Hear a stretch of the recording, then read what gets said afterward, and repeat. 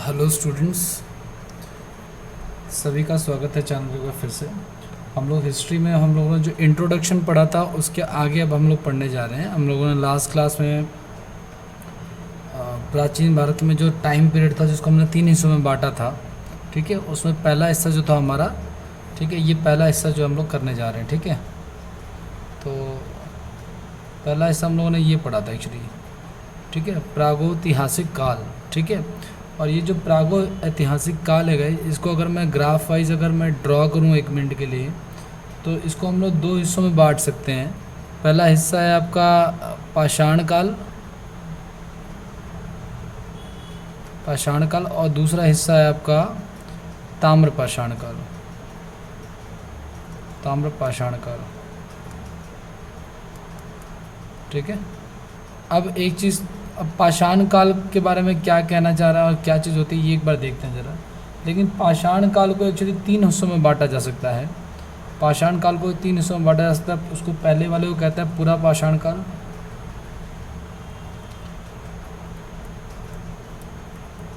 ठीक है।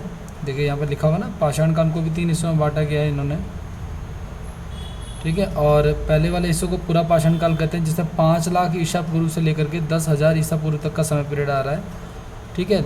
मध्य पाषाण काल जिसमें हम लोग 10,000 ईसा पूर्व से लेकर के 4,000 ईसा पूर्व तक का समय आ रहा है। और नव पाषाण काल जिसमें 7,000 ईसा पूर्व से लेकर के 1,000 ईसा पूर्व तक का आ रहा है। ये जो नव पाषाण काल है, इस टाइम पीरियड को गाइस होमो सेपियंस वाला टाइम पीरियड कहते हैं। मतलब इसकी इन्फॉर्मेशन जो है ना, तकरीबन 3,000 ईसा पूर्व से लेकर के आसपास की जानकारी हमारे पास बखूबी उपलब्ध है, अलग अलग डॉक्यूमेंट्स में अलग अलग तरीके से, ठीक है। हिस्ट्री जहाँ जहाँ से हमें मिल सकती है, हिस्ट्री की इन्फॉर्मेशन जहाँ से मिलती है, जैसे कि पत्थरों से, इंस्क्रिप्शन से, है ना, केव इंस्क्रिप्शन से, यानी कि गुफा लेखों से, तो वो सारी चीज़ें हम लोग पढ़ेंगे। तो पाषाण पहला क्या कह रहा है कि ये जो पाषाण काल है गाइस, ठीक है, ये पहला पॉइंट देखो आप लोग क्या कह रहा है। भारत में सर्वप्रथम पाषाण काल जो है वो 1863 में, भारत में पहली बार जो है 1863 में पाषाण कालीन सभ्यता की जो है वो खोज की गई, ठीक है। और खोज करने वाले व्यक्ति का नाम है गाइस रॉबर्ट ब्रूस फुट। ये एक भूवैज्ञानिक थे। इन्होंने पहला पूरा पाषाण कालीन उपकरण मद्रास के पास पल्लव रमन नामक स्थान पर प्राप्त किया था, ठीक है।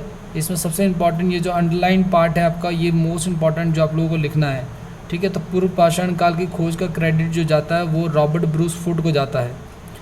आगे की हम बात करते हैं। इसमें और कुछ खास जानने वाले नहीं है, चूँकि इन्फॉर्मेशन हमारे पास ज़्यादा नहीं है, इसलिए हमारे पास कुछ खास जानने लायक भी नहीं है। दूसरी चीज़ कहते हैं कि पाषाण काल का अध्ययन की सुविधा के हिसाब से हमने इसको 3 हिस्सों में बांटा हुआ है, ठीक है। और 3 हिस्से कौन कौन से वो देख लो एक बार आप लोग। पहला है आपका पूरा पाषाण काल, ठीक है, पहला आपका पूरा पाषाण काल, दूसरा आपका मध्य पाषाण काल, और तीसरा आपका नव पाषाण काल। हालांकि ये जो पूरा पाषाण काल है इसको भी 3 हिस्सों में बांट दिया गया है, ठीक है। इसको 3 हिस्सों में बांटा गया है। तो इसके जो 3 हिस्से हैं, इसमें इसको एक्चुअली में 3 हिस्सों में ऐसे इस प्रकार से बांटा कि पहला आपका निम्न पूरा पाषाण काल, मतलब इसको निम्न में बांटा है, मध्य में बांटा है और उच्च में बांटा है, ठीक है। इसके बारे में भी हम पढ़ेंगे। हालांकि कुछ खास इन्फॉर्मेशन, कुछ खास क्वेश्चन से बनते नहीं है, 1-2 पॉइंट बनते हैं, वो मैं आपको भी बता दूंगा, ठीक है। तो मैंने क्या कहा आपको, ये जो पूरा पाषाण काल है, जो फर्स्ट वाला है, इसको 3 हिस्सों में कैटेगराइज किया। आप इसको ग्राफ के थ्रू भी बना के लिख सकते हो। कोई भी नोट्स को आप लोग ग्राफ के थ्रू बना के लिखोगे तो आपके लिए ज़्यादा बेटर रहेगा उसको याद करना, ठीक है। तो पूरा पाषाण काल जो है आपका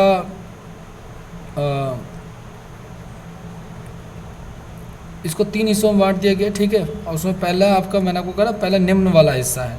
इस काल में मानव जीवन अस्थिर था, शिकार करके जो है वो गुजारा होता था, और क्या होता था, वे अपने भोजन का संग्रह करते थे, ठीक है। अच्छा, ये जो निम्न पाषाण काल है, इसको भी 2 हिस्सों में बांटा गया, हथियार और यूसेस के हिसाब से, जो ना, पहले तो इन्होंने बांटा इसको हैंड एक्स के हिसाब से, फिर चॉपर के हिसाब से। मतलब ये इंस्ट्रूमेंट थे जो वो लोग यूज़ करते थे बाकी शिकार करने के लिए या अन्य चीज़ों के लिए, ठीक है। तो 2-3 हिस्सों में इसको कैटेगराइज किया गया है। एक तो हैंड एक्स संस्कृति, ठीक है, और एक चॉपिंग पेबल संस्कृति, ठीक है। आगे आप लोग पढ़ोगे, ठीक है। तो निम्न पाषाण काल को भी 2 हिस्सों में उन्होंने बांट दिया। अभी ग्राफ के थ्रू मैं एक बार आपको समझा दूंगा ये टॉपिक ख़त्म होने के बाद कि हमने क्या पढ़ा है, ठीक है। तो चॉपर चॉपिंग पेबल संस्कृति के बारे में पढ़ते हैं। इसमें क्या था, यह संस्कृति पंजाब के पाकिस्तान के पंजाब में सोहन नदी के घाटी में सर्वप्रथम प्रकाश में आई। अब क्या क्वेश्चन बनता है आपका, ये मैंने कहा ना जो अंडरलाइन पार्ट है वो मोस्ट इंपॉर्टेंट है कि भाई चॉपर चॉपिंग पेबल संस्कृति है या खाली पेबल संस्कृति बोला जा सकता है कंफ्यूज करने के लिए। आपको ये सामान्य बुक्स जैसे कि लूसेंट या और सामान्य छोटे मोटे एग्जाम्स में आपको ये चीज़ें देखने को नहीं मिलेंगी, ठीक है। तो इतने डीप में आपको पढ़ने को नहीं मिलेगा वहाँ पे।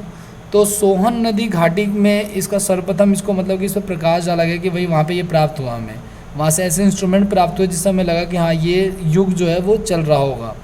नेक्स्ट है गाइस हमारा हैंड एक्स संस्कृति। इसका मुख्य उपकरण मैंने कहा ना ये उपकरण के आधार पर ही बांटा गया था। हैंड एक्स, एक्स का मतलब तो कुल्हाड़ी होता है, ठीक है। तो कुल्हाड़ी का इस्तेमाल करते थे जिसमें चॉपर्स का इस्तेमाल करते थे, ठीक है। तो ये सारी चीज़ें होती थी। ऐसे ये जो हैंड एक्स संस्कृति है गई ये मद्रास के आसपास इसको देखने को मिला गया, मतलब इसके जो इंस्ट्रूमेंट्स हैं ये मद्रास के आसपास देखने को मिला हुआ है। ये मद्रास के पास एक जगह है वहाँ पे ये प्राप्त हुआ है, ये आपको याद रखना है, ठीक है। अतिरम्पक्कम, ठीक है। अच्छा, मद्रास के प्राप्त हुआ है इसलिए इसको मद्रासी संस्कृति भी कहते हैं या फिर इसको मद्रासी उद्योग के नाम से भी जाना जाता है, ठीक है। आगे बढ़ते हैं नेक्स्ट पॉइंट की तरफ। अच्छा, आपने ये पढ़ा है अभी, मैं एक बार आपको ड्रॉ करके दिखा देता हूँ। मैं एक बार आपको ड्रॉ करके दिखाता हूँ कंप्लीट आपने क्या पढ़ा एक्चुअली। देखिए आपने एक सेकंड, आपने प्रागैतिहासिक काल पढ़ा, ठीक है। और इसको आप दो हिस्सों में पढ़ने वाले एक्चुअली। एक तो पाषाण काल, थोड़ा सा जूम आउट कर लेते हैं। एक तो पाषाण काल और दूसरा आप लोग पढ़ने वाला हो ताम्र पाषाण काल, ठीक है। ये जो पाषाण काल है इसको आपने 3 हिस्सों में पढ़ने वाले हो आप लोग, ठीक है। पूर्व पाषाण काल, मध्य पाषाण काल और नव पाषाण काल, ठीक है। ये जो पूर्व पाषाण काल है इसको भी आप लोग 3 हिस्सों में पढ़ने वाले हो। एक निम्न पूर्व पाषाण काल, एक मध्य पूर्व पाषाण काल और तीसरा उच्च पूर्व पाषाण काल, ठीक है। इनके कोई सब कैटेगरीज नहीं है तो इनको आपको टेंशन लेने की ज़रूरत नहीं, इतना डिटेल में नहीं है, ठीक है। ये इसका डायग्राम है एक्चुअली, ठीक है। अब बात आते हैं कि भाई आगे बढ़ते हैं थोड़ा सा, ठीक। तो भाई मध्य जो सेकंड वाला था हमारा है ना, सेकंड वाला, ये मध्य वाले के बारे में क्या कह रही है।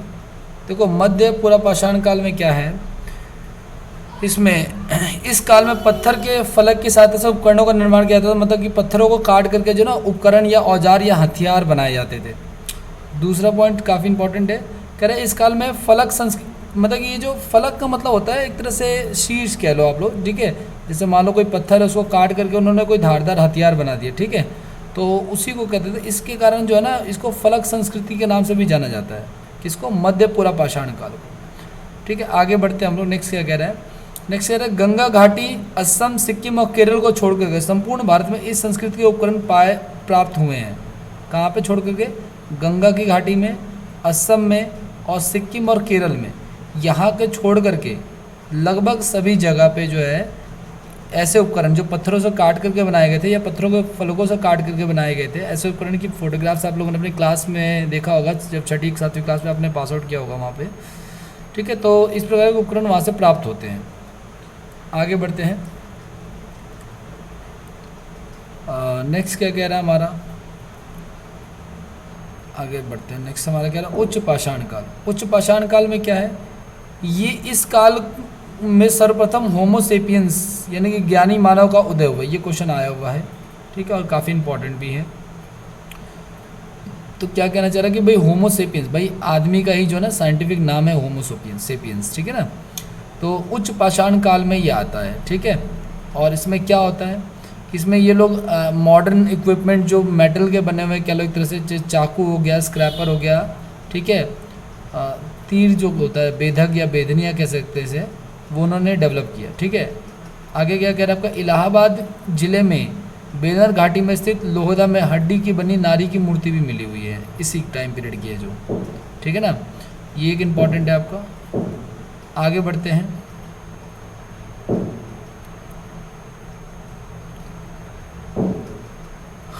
अगला पॉइंट। एक ये भी पॉइंट है, इस काल में मानव पहली बार अपने रहने के लिए गुफाओं का प्रयोग करना आरंभ करता है, ये स्किप कर सकते हो। ठीक है, अगला पॉइंट काफ़ी इंपॉर्टेंट है, भीमबेटका जो मध्य प्रदेश में है, एमपी में है, कि पहाड़ियों में इस काल की गुफाएं प्राप्त हुई जिनका प्रयोग रहने के लिए किया जाता है। ठीक है, इस काल में, अगला पॉइंट, इस काल में मानव सर्वप्रथम चित्रकारी करना प्रारंभ करता है और भीमबेटका की गुफाओं में इस काल में बने चित्र प्राप्त होते हैं। ठीक है, जो मध्य प्रदेश में जो भीमबेटका की गुफाएं हैं, ठीक है, वहाँ पे मनुष्य के रहने के साक्ष्य प्राप्त हुए, मतलब कि वहाँ पे उन्होंने रहना शुरू किया। दूसरी ये कि वहाँ पे कुछ चित्रकारी का भी प्रयोग किया गया, क्योंकि इस समय लोग पेंटिंग्स कर रहे थे। ठीक है, और पेंटिंग्स के थ्रू ही एक्सप्रेशंस को शो कर रहे थे। ठीक है ना, आगे बढ़ते हैं। नेक्स्ट क्या कह रहा है, मध्य पाषाण काल। अब आप लोग ये इसकी सेकंड कैटेगरी में आ रहे हो। ठीक है ना, सेकंड कैटेगरी का मतलब क्या हो गया आपका, मध्य पाषाण काल को पढ़ते हैं हम लोग। इस काल में पूरा पाषाण काल और नव पाषाण काल के मध्य एक संक्रमण काल था। वस्तुतः यह काल नव पाषाण काल का अग्रगामी है। ठीक है, इसके बाद जो देखो एक्चुअली क्या हुआ, आपने 3 हिस्सों में पढ़ा, पूरा पाषाण काल, मध्य पाषाण काल और नव पाषाण काल। तो इसके इन दोनों के बीच में ना एक छोटा सा टाइम पीरियड ऐसा भी था जो ना तो इस कैटेगरी में आता था, ना ही नव पाषाण काल में आता था, ना तो एडवांस वाले में आता था, ना बैक वाले में आता था, इसलिए इसको मध्य काल में रख दिया गया है इतिहासकारों द्वारा। ठीक है, और इसमें और जानने वाली क्या बात है वो देखते हैं एक बार। कुछ खास नहीं है, 2-4 पॉइंट्स हैं, लेकिन फिर भी जो इम्पोर्टेंट हैं। इस काल में मानव जो है वो पशुपालन करना प्रारंभ कर देता है। ठीक है, मध्य प्रदेश के आदमगढ़ और राजस्थान के बागौर में पशुपालन का प्राचीनतम साक्ष्य प्राप्त होते हैं, जिसकी टाइम पीरियड जो है लगभग 5000 ईसा पूर्व है। तो मैं ये कह सकता हूँ कि मध्य पाषाण काल में मध्य प्रदेश के आदमगढ़ में और राजस्थान के बागौर में पशुपालन के साक्ष्य मिलते हैं। तो इससे ये पता चलता है कि ये लोग जो है पशुपालन किया करते थे। ठीक है, आगे बढ़ते हैं। नेक्स्ट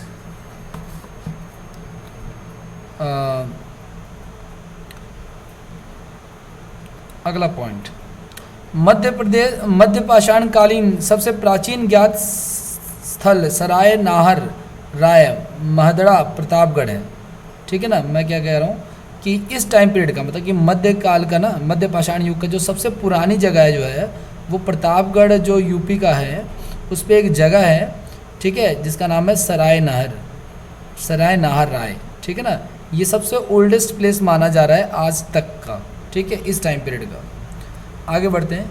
इस समय पत्थर के उपकरणों में तीर का जो नोक बनाया गया था वो इस युग का विशिष्ट उपकरण था।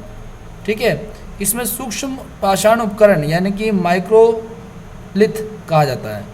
क्या कह रहे हैं ये लोग, उपकरण बनाने में ये इतने एक्सपर्ट थे और ज़्यादा डेवलप हो गए थे, जिसके कारण से इस टाइम पीरियड को जो है सूक्ष्म पाषाण उपकरण या माइक्रोलिथ कहा गया। इस काल में अन्य उपकरणों में और भी चीज़ें उन्होंने बनाई, जैसे मैंने आगे पढ़ा भी था आपको कि चाकू बनाई, बेदनी बनाई, ये सब। तो ये सब इंपॉर्टेंट नहीं है। अगला पॉइंट पे आते हैं। इस काल में सर्वप्रथम मानव कंकाल प्राप्त होते हैं। इस काल में सर्वप्रथम मानव कंकाल प्राप्त होने शुरू होते हैं, मतलब जितने भी ज़्यादातर जो मानव कंकाल प्राप्त होते हैं वो ज़्यादातर इसी टाइम पीरियड के होते हैं जो मध्य का पाषाण काल है। ठीक है, आगे बढ़ते हैं। नेक्स्ट नव पाषाण काल की जो लास्ट बच गया हमारा इसमें प्रागैतिहासिक काल में। नव पाषाण काल जो है इसमें क्या क्या है देखो आप लोग ध्यान से। ज़्यादातर जितने भी क्रांतिकारी परिवर्तन हुए हैं ना वो सारे के सारे जो हैं वो इसी ग्रुप में हुए हैं। जितने भी ज़्यादा क्रांतिकारी परिवर्तन हुए हैं वो सारे के सारे जो हैं वो, ये युग काफ़ी छोटा है फिर भी सारे क्रांतिकारी परिवर्तन जो हैं वो इसी युग में हुए हैं। पहला पॉइंट क्या कह रहा है हमारा कि विश्व स्तर पर इस संस्कृति का प्रारंभ 9000 ईसा पूर्व पश्चिम एशिया में हुआ। ठीक है, पश्चिम एशिया में हुआ। ठीक है, पश्चिम एशिया में मानव को जौ, गेहूँ, दलहन, तिलहन आदि के रूप में विभिन्न खाद्यान्न प्रदान किया गया, या प्रदान हुआ या प्राप्त हुआ कह लो एक तरह से। यहाँ की प्राचीनतम नव पाषाण युगीन बस्ती मेहरगढ़ पाकिस्तान है। ठीक है, कृषि का सबसे पहला और स्पष्ट प्रमाण जो है वो यहीं से मिलता है, ये जो मेहरगढ़ से। तो ये पॉइंट आपका एक इम्पॉर्टेंट बन जाता है। ठीक है, कि मेहरगढ़ से जो है वो कृषि के प्रमाण मिले हुए हैं। ठीक है। और ये लोग जौ में, गेहूं में, दलहन में, तिलहन में भी एक्सपर्ट थे ये उगाने में, ठीक है। तथा इस जगह के मानव ने 7,000 ईसा पूर्व कृषि जो है वो आरंभ कर दिया था। यहाँ पे जो मनुष्य रहते थे उन्होंने लगभग 7,000 साल पहले जो है वो कृषि आरंभ कर दिया था। जब हम इसका रिवीजन कर रहे होंगे ना एक बार इस क्लास के ख़त्म होने के बाद या इस टॉपिक ख़त्म होने के बाद, तब आपको थोड़ा सा आइडिया लगेगा कि ये कैसे कैसे हम लोग ने इसको डिस्कस किया है। आप लोग उस समय एक बार पढ़ के जरूर रखना है या नोट्स को खोल कर रखना, तब आपको फ़ायदा होगा। अगला पॉइंट क्या कह रहा है, इसी तरह भारत में कोल डेहवा नामक स्थान पर चावल उगाने के प्राचीन साक्ष्य प्राप्त हुए हैं, ठीक है। भारत में एक जगह है कोल डेहवा, ठीक है। और ये टाइम पीरियड 5 गया, तो को भारत में सबसे पहले जो है वो चावल उगाने के प्रमाण जो है साक्ष्य प्राप्त जो है वो कोल डेहवा में प्राप्त हुए हैं। आगे क्या कह रहा है भाई, नवपाषाण काल एक ऐसा टाइम पीरियड था जिसमें लोग खेती से परिचित तो थे ही थे, मतलब एग्रीकल्चर करते थे, अभी आपने ऊपर पढ़ा है, ठीक है। लेकिन इसके अलावा वो पशुपालन भी करने लगे थे, ठीक है। आपको पता है कि जब खेती के साथ साथ ना, यानी कि कृषि के साथ साथ जब हम एग्रीकल्चर पशुपालन करते हैं, ठीक है, पशुओं को पालते हैं, तो उसको मिश्रित कृषि कहा जाता है, ठीक है। उसको मिश्रित कृषि कहा जाता है। मिश्रित कृषि भी 2 तरीके की होती है, एक तो ये कि खेती के साथ साथ पशुपालन, और दूसरा ये होता है कि भाई एक ही फील्ड पे अलग अलग अनाजों को उगाना भी मिश्रित कृषि ही कहलाता है। चलिए नेक्स्ट उसकी तरफ बढ़ते हैं हम। अगला क्या कह रहे हैं, नवपाषाण काल में भाई, अच्छा ये लोग चूँकि अनाज उगाते थे, ठीक है, तो उसको खाने के लिए या उसको रखने के लिए इनको ज़रूरत पड़ी किस चीज़ की, इनको ज़रूरत पड़ी बर्तनों को, ठीक है। तो कुम्हार जो है ना, कुम्हारकारी जो है सबसे पहले इसी काल में दिखाई दे रही है, इससे पहले दिखाई नहीं दे रही थी। इससे पहले लोग जो कच्चा मांस खाते थे वो वैसे ही खा लेते थे, तो उनको बर्तन की आवश्यकता नहीं पड़ती थी, ठीक है। आगे बढ़ते हैं। बुर्जो होम संस्कृति के लोग गड्ढे वाले मकानों में रहते थे।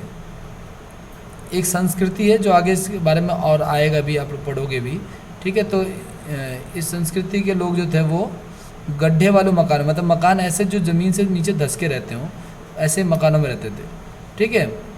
अच्छा, यहाँ जो बुर्जो होम है, बुर्जो होम से मानव के साथ साथ कुत्तों को दफनाने का भी प्रमाण जो है वो मिलता है, यानी कि कुत्तों के कंकाल मिलते हैं बेसिकली, ठीक है, या कुत्तों के शव मिलते हैं, ठीक है। कुछ महत्वपूर्ण तत्व लिखे हुए हैं गाइस, जो आप लोगों ने अभी तक पूरा पढ़ा है ना, जितना भी लास्ट, उसके रिगार्डिंग कुछ महत्वपूर्ण तथ्य मिल रहे हैं। क्या, देखो ध्यान से। पहला, रॉबस्ट फ्रूट ने जो है वो पाषाणकालीन सभ्यता की खोज की थी सबसे पहले, ठीक है। दूसरा आपने पढ़ा नर्मदा घाटी में, मध्य प्रदेश के नर्मदा घाटी में हथनौरा से मानव खोपड़ी और जीवाश्म प्राप्त हुए हैं। दूसरा पॉइंट ये है। इसमें कोई पॉइंट अगर रह गया तो वो आप लोग ऐड कर लेना, ठीक है। नेक्स्ट कह रहा है आपका लोहदा, यानी कि बेलन घाटी से हड्डी की बनी हुई नारी की मूर्ति जो है वो प्राप्त हुई है, ठीक है, जो कि उच्च पुरा पाषाण काल से संबंधित है। आगे बढ़ते हैं हम लोग। पशुपालन का प्राचीनतम प्रमाण जो है वो आदमगढ़ बागौर से प्राप्त होता है। नेक्स्ट पॉइंट क्या रहा है आपका, विश्व में प्राचीनतम मृदभांड का मतलब गाइस मिट्टी के बर्तनों को मृदभांड कहा जाता है, ठीक है। तो विश्व में प्राचीनतम मृदभांड जो है वो बेलन घाटी में स्थित चौपानी माडो से प्राप्त होता है। अगला क्या कह रहे हैं, ये तो आपने अभी जस्ट पढ़ा कि बुर्जो होम संस्कृति के लोग जो थे वो ज़मीन के अंदर गड्ढे बनाकर रहते थे, ठीक है। यहीं से मानव के साथ साथ कुत्तों के दफनाए जाने के भी अवशेष जो है वो, या प्रमाण जो है वो प्राप्त होते हैं। और क्या क्या मिलता है आपको, ये संस्कृतियाँ गई भाई, देखो ये सारी अलग अलग संस्कृतियां हैं जो इन ओल्ड टाइम पीरियड में रही है, ठीक है। और इनका ये निवास स्थान भी दिया गया, ये इनका निवास स्थान है, ये संस्कृतियों के नाम है। पहला कह रहा है क्वेटा संस्कृति बलूचिस्तान में है, ठीक है, ये लोग मिट्टी के बर्तनों का भी प्रयोग करते थे, ठीक है।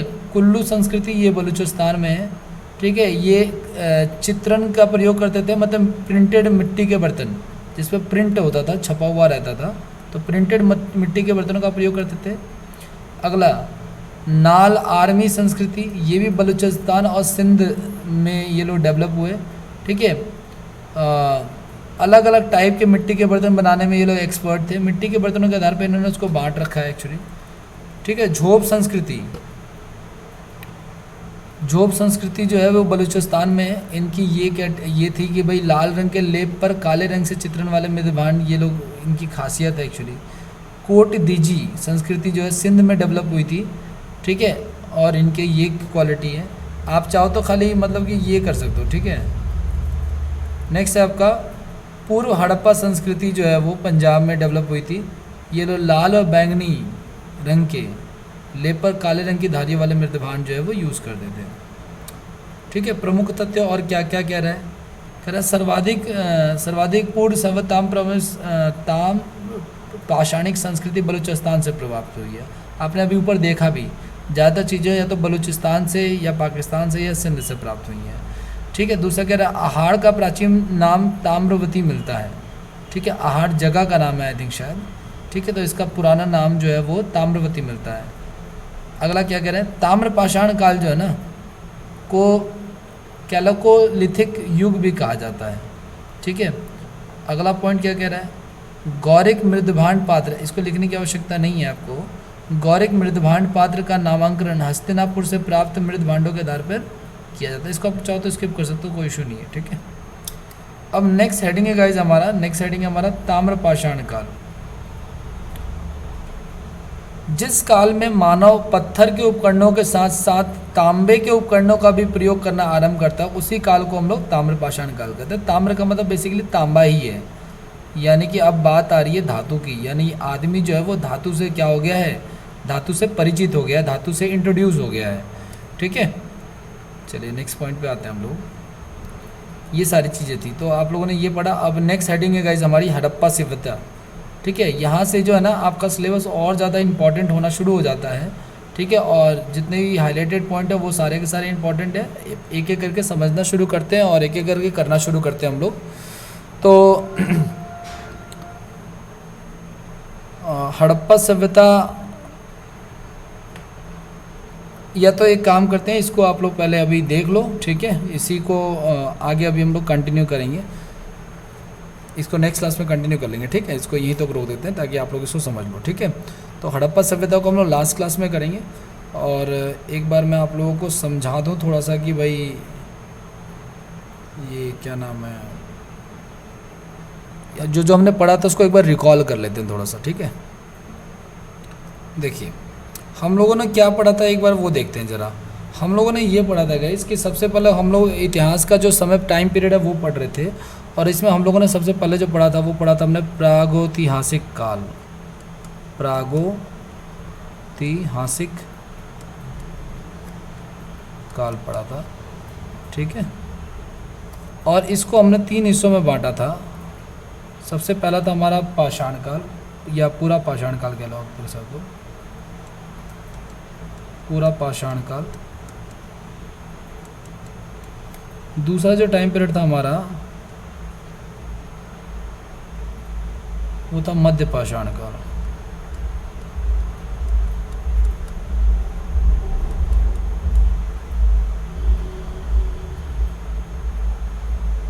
और तीसरा था आपका नवपाषाण काल।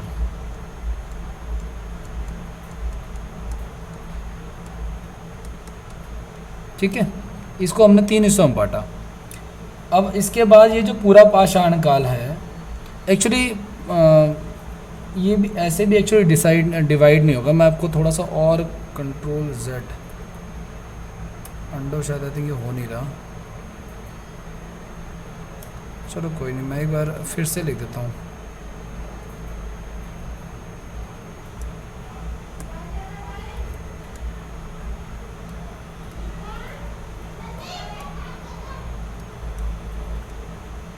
चलिए कोई बात नहीं। एक्चुअली ना ये जो प्रागैतिहासिक काल आप लोगों ने पढ़ा ना, ये पहले 2 हिस्सों में बढ़ता है, ठीक है। एक तो बढ़ता है आपका पाषाण का, एक तो बचता है आपका पाषाण काल, ठीक है। और एक दूसरा कैटेगरी जाता है वो आता है आपका ये ताम्र पाषाण काल, ठीक है, ताम्र पाषाण काल। तो ये जो पाषाण काल है उसी के 3 हिस्सों में ये डिवाइड होते हैं, ये तीनों, पहला, दूसरा, तीसरा। और ये जो पूरा पाषाण काल है ना, ये वाला हिस्सा, इसको भी 3 हिस्सों में बांट सकते हैं हम लोग। पहला है आपका निम्न पूरा पाषाण काल, निम्न पूरा पाषाण काल, दूसरा है आपका मध्यपुरा पाषाण काल, तीसरा है आपका उच्चपुरा पाषाण काल, ठीक है। और ये जो निम्नपुरा पाषाण काल आपने पढ़ा, ठीक है, इसको भी 2-3 हिस्सों में जो है बांटा गया है, ठीक है। जैसे मैं आपको दिखाऊं, अगर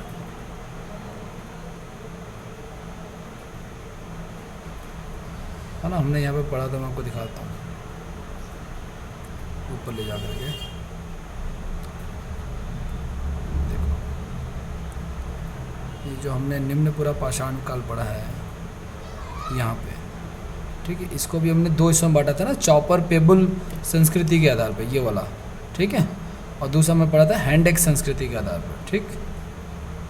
तो हमने इसको पढ़ा था चॉपर के आधार पे, चॉपर संस्कृति में हमने इसको बांटा पहला, और दूसरा हमने हैंड एक्स है, ठीक है, हैंड एक्स संस्कृति के आधार पे बांटा।